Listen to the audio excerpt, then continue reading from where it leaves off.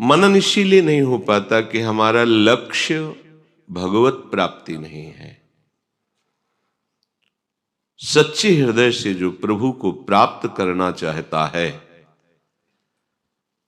वो भगवत वचनों का, भगवत प्रेमी महात्माओं के वचनों का अक्षरशः पालन करने की भावना में रहता है, तो वो उन वचनों का खूब मनन करता है, मनन करके अपने हृदय में बैठा लेता है। और जिसका लक्ष्य भगवत प्राप्ति नहीं है उसकी पहचान वो करेगा सत्संग, सुनेगा माना कि सत्संग, पढ़ेगा शास्त्रों को, पर मनन करेगा विषयों का, और परिणाम होगा दुख, अशांति, बंधन। बैठा लीजिए हृदय में। जिसका लक्ष्य भगवत प्राप्ति नहीं है वो अपने हृदय को पहचाने, माना कि वो शास्त्र पढ़ के सत्संग भी करा सकता है, प्रवचन कर सकता है, प्रवचन सुन सकता है, शास्त्र स्वाध्याय कर सकता है, पर मनन विषयों का ही होगा।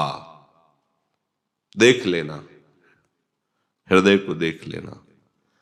और जिसका मनन विषयों का होता है वो क्लेश, अशांति, बंधन, दुख को प्राप्त होता है। इसीलिए कहीं कहीं संतों के वचनों में कि आप चारों वेद कंठस्थ कर लो, 18 पुराण कंठस्थ कर लो, पर यदि प्रभु के चरणों में अनुराग नहीं तो सब व्यर्थ है। जोग कुजोग, ज्ञान अज्ञानु, जहां नहीं राम प्रेम परधानु। इसका रहस्य यही है। प्रभु से अपनापन ना होने के कारण शरीर से अपनापन रहता है, शरीर से अपनापन होने के कारण मन 5 ज्ञानेंद्रियों सहित शब्द स्पर्श रूप रस का ही मनन करता है। ये मनन जब तक रुकेगा नहीं तब तक संसार चक्र नहीं रुकेगा। अनन्य चेता सततम यो माम स्मरति नित्यशः। स्मरण, मनन, चिंतन अनन्य, अन्य ना, केवल प्रभु का। तो जो सद्गुरुदेव के आश्रित होकर, आश्रित वही होगा जिसका लक्ष्य है भगवत प्राप्ति, नहीं तो सद्गुरुदेव का आश्रय नहीं माना जाएगा। भले दीक्षा ले लीजिए, यदि भगवत प्राप्ति लक्ष्य नहीं है तो आप उनके विमुख आचरण करेंगे तो आश्रित कहां हो गए। आश्रय तभी माना जाएगा जब उनके वचन के अनुसार आचरण हो। वो तभी आप कर सकते हैं जब आपका लक्ष्य बन गया भगवत प्राप्ति। मुझे जैसे भी प्रभु प्राप्त होना चाहिए, आप आदेश करो, मैं प्राण न्यौछावर करने के लिए तैयार हूं। आप आज्ञा करो, अब जो ही कहें करें हम सोई। बस आप आज्ञा, मुझे प्रभु चाहिए, मुझे प्रियालाल चाहिए, आप आज्ञा कीजिए। मेरा जीवन, मेरा प्राण, मेरा सर्वस्व आपकी आज्ञा पर न्यौछावर है। अब उसका शास्त्र स्वाध्याय, सत्संग और सेवा संबंधी चेष्टाएं सफल हुई। क्यों? अब उसका मनन बनने लगा। जो ही मनन हुआ तेरी धारणा पुष्ट होने लगी। बस धारणा पुष्ट हुई, भगवत प्राप्ति दूर नहीं है। शास्त्र स्वाध्याय, सत्संग तो मनन प्रियालाल का, प्रियालाल का मनन सेवन तो परिणाम तत्वबोध, भगवत प्रेम। शास्त्र स्वाध्याय, प्रवचन, मनन विषयों का परिणाम दुख, क्लेश, बंधन, अशांति। बैठा लीजिए, हृदय को देख लीजिए। प्रभु जो उपदेश कर रहे हैं उसका हम श्रद्धा विश्वास पूर्वक श्रवण करें, मनन करें और धारणा में उतारें, उसे आचरण में उतारें। खूब सत्संग सुन रहे हैं, आचरण नहीं बदल रहे धारणा नहीं बदल रही। यही धारणा में स्त्री हूं, मैं पुरुष हूं और इंद्रियजन्य भोगों में सुख है, यही धारणा मिटा दो तो जीवन मुक्त हो जाओगे, परमानंद में निमग्न हो जाओगे। भगवान का उपदेश भगवत प्रेम प्राप्ति के लिए, भगवदानंद की प्राप्ति के लिए है। प्रभु कह रहे हैं यतयः संसित व्रताः, जो अहिंसा, सत्य, आस्तेय, ब्रह्मचर्य, अपरिग्रह, इन 5 महाव्रतों का पालन करता है, बहुत बड़ी यज्ञ है। मन वचन कर्म से किसी भी जीव की हिंसा ना होने पावे। सत्य श्री भगवान हैं, उन्हीं का नाम रूप लीला गुण ही हमारे हर इंद्रिय का विषय होना चाहिए। जो ज्ञानेंद्रियां हैं वो केवल हमारे प्रभु से जुड़ी होनी चाहिए, यही सत्य है। व्यवहार काल में इन्हीं सत्य प्रभु को लेकर ही हम जो व्यवहार करेंगे वो सब भगवत सेवा हो जाएगी, भगवत स्वरूप हो जाएगा। किसी की चोरी न करें। बड़ा विस्तार है इसका चोरी का। किसी की बात को लेकर अपनी छाप लगाकर सम्मान प्राप्त करना, यह भी चोरी है। बहुत तरह से, किसी भी तरह हमारे अहम का पोषण नहीं होना चाहिए। इसी अहम के गलित होने पर भगवत राज्य में प्रवेश होता है। और असावधान उपासक प्रायः हर नाटक वही करता है जिससे अहंकार पुष्ट हो। हमें शरीर निर्वाह की भी चिंता नहीं करनी, वो विश्वम्भर भगवान देखते हैं। पोषण भरन चिंत कराहि, श्री हरिवंश विभो बिलसाहि, श्री वृंदावन की माधुरी। हमें अपनी स्वयं व्यवस्था नहीं करनी। यदि निवृत्ति मार्ग के उपासक हैं तो हमें अपनी स्वयं व्यवस्था नहीं करनी।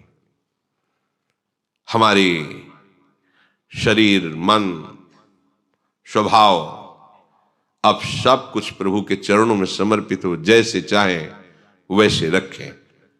पोषण भरन चिंत कराए, श्री हरिवंश विभो बिलसाए, श्री वृंदावन की माधुरी। यदि अपने भी शरीर पोषण के लिए किसी से मांग की तो हमारे यहां निषेध किया गया है।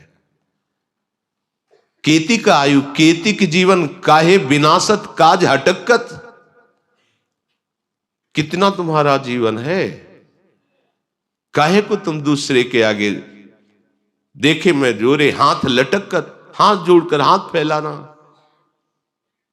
केति का आयु, कितना जीवन है, क्यों अपने इस परमार्थ के कार्य को नष्ट कर रहे हो मांग करके। प्रभु विश्वम्भर है, सबका भरण पोषण करते हैं, फिर आप उनके दास हैं। कोई प्रयास नहीं, पूरा प्रयास प्रभु के चरणारविंद की प्राप्ति का। अब इस शरीर को कैसे वस्त्र देना है, कैसे भोजन देना है, कैसे रखना है, ये उनकी व्यवस्था है। हमारा उसमें किसी भी तरह का कोई भी राग नहीं होना चाहिए, ये उनकी व्यवस्था है। ये शरणागत है, जैसे चाहे वैसे रखें। तो अपरिग्रह, उपासक को इस बात पर ध्यान देना चाहिए, महाव्रत है, हमें नहीं मांगना, हमें भोग सामग्री का संग्रह नहीं करना। हरि गुरु के आश्रित हैं, जैसा वो विधान करें उसी में हम राजी हैं। तो अपरिग्रह का सवाल ही नहीं होता। और एक और शब्द आता है उपग्रह, बार बार खाना पीना। ये उपासना के योग्य नहीं आचरण है। जो भी मुंह में डाल लिया, ये खाया, कभी ये पिया, कभी। एक नियत समय होना चाहिए पानी भी पीने का। उपासक का ऐसा नहीं होता कि हर समय वो खाता पीता रहता, नहीं। जल पीने का भी उसका समय होता है, बस उसी समय जल की याद आएगी। भोजन पाने का एक समय है, उसे बार बार अगर कुछ प्रसाद मिलता है बार बार उसको रख लेते हैं, अपने समय से पाते हैं। बार बार मुंह अशुद्ध रहेगा, बार बार जिह्वा वस्तुओं का स्वाद लेगी तो नाम का स्वाद कैसे होगा।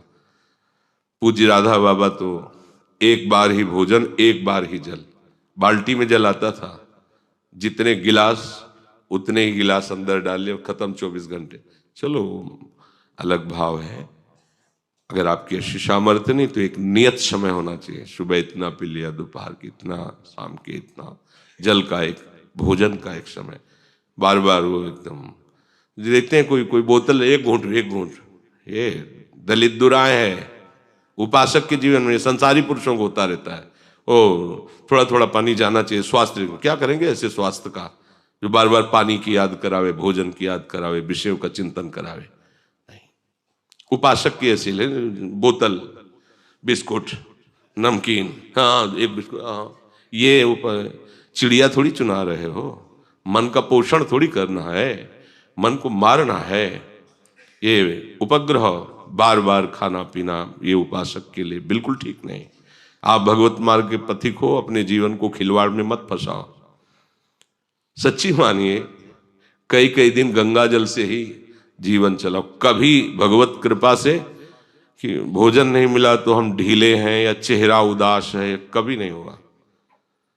जब आपका भगवत चिंतन से हृदय परिपक्व रहेगा ना, पुष्ट रहेगा ना, तो मुख प्रसन्न तन तेज विराजा। एक मुख में अद्भुत भागवतिक प्रसन्नता होती उपासक के। ऐसे खिन्न भिन्न छिन्न ये सब क्षणे रुष्टा क्षणे तुष्टा, रुष्टा तुष्टा, ये उपासक की गति नहीं होती। यतयः संसित व्रताः, ये महान व्रत है, ये तीक्ष्ण व्रत है। ये कोई भगवत प्राप्ति करने की ठान ली है जिसने, वही ये व्रत रह सकता है। और कुटू सिंगाड़े के आटा वाला व्रत तो सब रह लेंगे। ये व्रत कोई वही उपासक रह सकता है जिसने ठान लिया है, जीवित मर जाए उलट आप में समाए। हा, कैसे अमृत में वचन है, जीवित मर जाए उलट आप में समाए। भगवदानंद के लिए व्याकुल हृदय वाला उपासक कुछ अच्छा नहीं लगता। ये स्थिति प्राप्त करने के लिए आपको ऐसे ही आचरण करने पड़ेंगे। ये भगवान के वचन है। द्रव्य यज्ञाः, पूर्व कुल परंपरागत या पूर्व जीवन में कमाए हुए द्रव्य पर अपना भाव रखना, यह हमारे आगे जन्म का निमंत्रण है। द्रव्य, वस्तु, पदार्थ, धन आदि, ये जीवन प्रभु को अर्पित है, तो हमारे पास प्रभु के सिवा कोई धन नहीं है। जो माना हुआ है उसे प्रभु के चरणों में समर्पित कर दिया है। हमारे पास अगर कोई धन है तो प्रभु है। कहीं भी मेरापन नहीं होना चाहिए। द्रव्य यज्ञ का तात्पर्य है कहीं भी कुछ भी मेरा नहीं है। ये अंदर से देखना होगा। अपनी वस्तु मान करके देना दान होता है, और प्रभु की वस्तु है। अब ये प्रभु की वस्तु उठा करके जहां कहा वहां रख दिया, तो ये तन भी उनका सेवक है। इसमें कोई अहम का पोषण नहीं है। मैंने ये वस्तु दी, नहीं, ये तन भी उसका है जिससे देने की क्रिया हुई, और वो द्रव्य भी उसका है, और आज्ञा भी उसी की है, और लेने वाला भी वही है। खत्म खेल। इसका परिणाम भगवत प्राप्ति। और मेरी वस्तु मैं दे रहा हूं, इसका परिणाम उस वस्तु का और बढ़ जाना। सुकृत कहा जाता है, इसे पुण्य कहा जाता है, दान। उपासक का क्या होता है? हमारे पास अगर धन है तो परम धन राधा नाम आधार। हमारे जीवन है तो युगल सरकार, हमारे प्राण है तो युगल सरकार। तो दूं क्या, कुछ है ही नहीं। न पहले भी कुछ था, वो तो माना हुआ था, मान्यता हट गई। तो जिनका पहले भी था उनका अब है, उन्हीं का आगे रहेगा। एक उपासक के अंदर प्रश्न बना रहता है कि मैं कामी हूं, मैं मलिन हूं, पतित आचरण करने वाला हूं। ये आपको बहुत सुलझी हुई बात बता रहा हूं। यदि आपके अंदर अहंकार नहीं है, और ये बात आपके हृदय में है, काम आदि दोष, तो आप निश्चिंत हो जाओ, क्योंकि आप जलोगे। आपके अंदर एक मलिनता रहेगी, ग्लानि की। मैं कितना नीच हूं, मेरे ऊपर कितनी कृपा है, फिर मैं कितना नीच हूं। ये आपको श्री जी तक पहुंचा देगा, निर्विकार कर देगा। जब अहंकार होता है, मैं कामी, ऐसा कैसे हो सकता है, वो काम को छुपाता है। बस अब इसका पतन शुरू, ये समझना होगा। कितना भी तुम्हारा मन मलिन हो, पर स्वीकृति हो इस बात की कि नहीं मैं नीच हूं, पतित हूं, ये स्वीकृति हो, बस काम बन गया आपका। ये अहंकार स्वीकृति नहीं होने देता। महान दोषों को छुपा कर वो अपने गुण को प्रकाशित करता जो है नहीं, उसे दंभ कहते हैं, पाखंड कहते हैं। भगवत प्राप्ति क्या, भक्ति नहीं प्राप्त हो पाएगी, साधारण भक्ति नहीं आएगी, शुद्ध भक्ति या प्रेम लक्षणा, ये तो बहुत आगे की बात है। बिन विवेक वैराग्य भक्ति बिन सत्य नए को मानो, भगवद विमुख कपट चतुराई सो पाखंड नहीं जानो। कौन मानता है आचार्य वाणियों को? मनमानी आचरण। बस जैसे सम्मान हो, जैसे पैर पूजें, जैसे लोग हमें मनचाही वस्तुएं दें और हमारा नाम हो जाए, बड़ा ये विष भरा है हृदय में, और इसी का पोषण करने के लिए पूरा जीवन नष्ट कर देता है। हरि गुरु आज्ञा को रौंदता हुआ मनमानी आचरण करता है उपासक, इसलिए सावधान। तो यहां जो द्रव्य यज्ञ का संकेत है, वो माने हुए जितनी भी पदार्थ वस्तु द्रव्य आदि है, उसकी मान्यता हटाइए, तभी तो प्रभु में मान्यता होगी। जो आंतरिक बल है, धन का भी रहता है, अपबल, तपबल और बाहुबल, चौथो बल है दाम।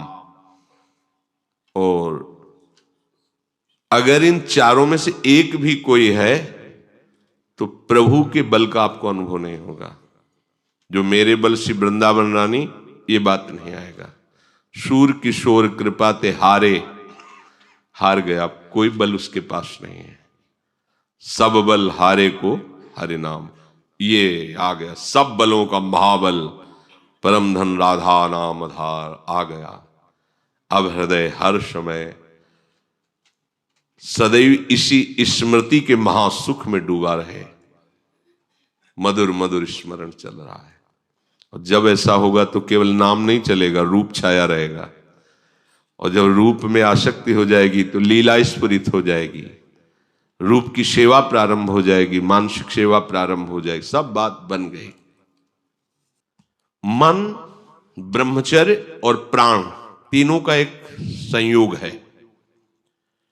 अगर आप प्राण आपके सूक्ष्म हुए तो मन आपका सूक्ष्म होने लगेगा, स्थिर होने लगेगा, और ब्रह्मचर्य आपका पुष्ट होगा। ब्रह्मचर्य आपका पुष्ट है तो मन स्थिर होने लगेगा, प्राणवायु सूक्ष्म होने लगेगी। तीनों का है, प्राणवायु स्थूल, मन चंचल, ब्रह्मचर्य रहित, ये एक चक्र है। इसलिए नैष्ठिक ब्रह्मचर्य में संन्यास मार्ग के पथिक को प्राणायाम का उपदेश गुरुजनों के द्वारा दिया जाता था। उसमें तो 30 प्राणायाम का विधान था, 10 10 10। वो अपनी नई अवस्था थी तो उनका जब 30 में, तो हम इसका और आगे बढ़ाए तो 90 प्राणायाम तक, 10 10 10 10 10 9। शाय मच जाती थी, शांत। प्राणायाम भूख को मिटाता है, शरीर के दर्द को मिटाता है, प्राणों को सूक्ष्म करके जिस मंत्र का जो गुरुदेव ने उपदेश दिया, ऐसे मंत्र ऐसा लगता मानो नृत्य कर रहा हो, शांत। प्राणवायु शमन, प्राणवायु शमन हो गई, इसका तात्पर्य कि ऐसे आटा लगाया जाए उड़ न पावे आटा। श्वास की गति सुनाई देने की तो बात जाने दो, ऐसे अगर रखा जाए तो उड़ेगा भी नहीं। प्राणवायु इतनी शांत, जहां बैठ गया बैठ, घंटों बिल्कुल एकदम बिल्कुल निश्चेष्ट। ब्रह्मचर्य नहीं है तो प्राणायाम में कदम नहीं रख सकता हो, अगर करता है तो बीमार हो जाएगा। दमा, श्वास, कमर दर्द, टांग दर्द, कई तरह से परेशानियां हो जाएंगी। ये प्राण का स्थान ऊपर होता है, यह हृदय। अपान का स्थान बिल्कुल नीचे होता है, गुदा द्वार में। श्वास को बाहर निकालते समय वायु की गति ऊपर की ओर तथा श्वास को भीतर ले जाते समय वायु की गति नीचे की ओर होती है। श्वास को बाहर निकालना प्राण का कार्य है और श्वास को भीतर ले जाना अपान का कार्य है।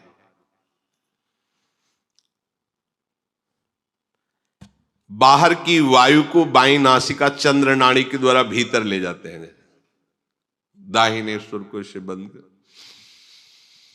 अब इसमें नाम चल रहा है, मंत्र चल रहा है, उसका हिसाब होता है, बस रोक लिया। अब न प्राणवायु बाहर से अंदर जा रही न अंदर से बाहर, इसे रोका, इसे कुंभक कहते हैं। ये निरोग अवस्था भी प्रदान करता है और भागवतिक आध्यात्मिक शक्ति भी बढ़ाता है। वायु हृदय में स्थित प्राणवायु को लेकर नाभि से होती हुई स्वाभाविक अपान में लीन हो जाती है। ये खींच, इसे पूरक कहते हैं। फिर प्राणवायु अपान वायु दोनों गतियों को रोक देना कुंभक कहते हैं, और फिर उसके विपरीत नासिका से छोड़ना उसे रेचक कहते हैं। पूरक कुंभक रेचक, रेचक कुंभक पूरक, ऐसे क्रम चलता रहता है। प्राणवायु सूक्ष्म, ऐसा नहीं सब आनंद का विषय है, पर कभी कोई भूल से भी इसे शुरुआत मत करना, क्योंकि इसके बहुत से नियम हैं और ये किसी प्राणायाम परायण योगी के समीप ही इसका अभ्यास किया जा सकता है। जैसे आपने आधा घंटा प्राणवायु का संशोधन किया पद्मासन में बैठे, ये साधारण आसनों में नहीं होता है। जैसे लोग पुष्पस करते हैं वो अलग चीज है। सिद्धासन या पद्मासन, मेरुदंड एकदम से, ये कोई साधारण बातें नहीं। आप आसन से उठे और पानी पी लिया, अब आप बिगड़ जाएगी प्राणवायु। हिचकी आना, गैस बनना, बहुत तरह से वायु रोग बढ़ जाना, बहुत, ये सबकी गति की बात नहीं है, ये तो केवल प्रसंग आया तो उसे सुन लीजिए। तो जो इस तरह से पूरक कुंभक रेचक ऐसे करते हैं तो प्राणायाम परायण, वो प्राणायाम रूपी यज्ञ करते हैं। तो इसका भक्ति में क्या स्वरूप है? हम सीधे प्राणवायु की तरफ केवल बात करते हैं। प्राण अपान व्यान उदान समान सब तुम्हारे पवित्र और सूक्ष्म हो जाएंगे। आराम से बैठ गए, जैसे भी कुर्सी में बैठ जाओ, सोफा में बैठ जाओ, जमीन में बैठ जाओ, जैसी तुम्हारी हालत हो शरीर की, बस आप ध्यान दो कि आपका नाम कितना चल रहा है। आराम से श्वास, कोई पकड़ने की जरूरत नहीं, ये जरूर करना चाहिए, ये इसका हम आदर करते हैं। ऊपर की श्वास खींच रहे, मतलब अंदर वायु भर रहे, तो कितने नाम लिए, अधिक से अधिक और लो। यदि जवान शरीर नहीं है तो आगे वाली बात मत करना। अगर जवान शरीर है, स्वस्थ हैं आप, आपके यंत्र ठीक है, किडनी ठीक है, लीवर ठीक है, दिल ठीक है, तो क्या, बस आराम से रोक। फिर कितने नाम जप किए, फिर आराम से छोड़ दो, पकड़ने की कोई जरूरत नहीं, अपने आप प्राणवायु आपकी शुद्ध हो जाएगी। अगर आपके शरीर में कोई भी विकार है तो आप खींच सकते हैं और आराम से छोड़ सकते हैं, रोकिएगा नहीं। ये तो कर सकते हैं, कोई भी कर सकते हैं। इसमें अपने भजन की भी वृद्धि होगी और शरीर भी स्वस्थ रहेगा। पकड़ने की जरूरत नहीं, फुसफस करने की जरूरत नहीं। जितने नाम जप सके खींच लिए, फिर छोड़ दिए, आराम से नाम जप करते हुए आप 10 मिनट ऐसे 20 मिनट अभ्यास करें, देखें आपको कितना आनंद आएगा। देख लो, मन आपका शांत हो जाएगा। आप देख लेना, ये अनुभव की बात कहते हैं, देख लेना आपका मन शांत होने लगेगा। जैसे वायु छोड़ी, रोक लिया, ये बाह्य कुंभक है, बिल्कुल वायु अंदर नहीं, बाहर। अब रोक लिया, देखो एकदम प्राण व्याकुल होंगे, वो आपको स्वस्थ करेंगे, आपके अंदर के विकार को नष्ट करेंगे। फिर जोर से, अब फिर रोक लिया,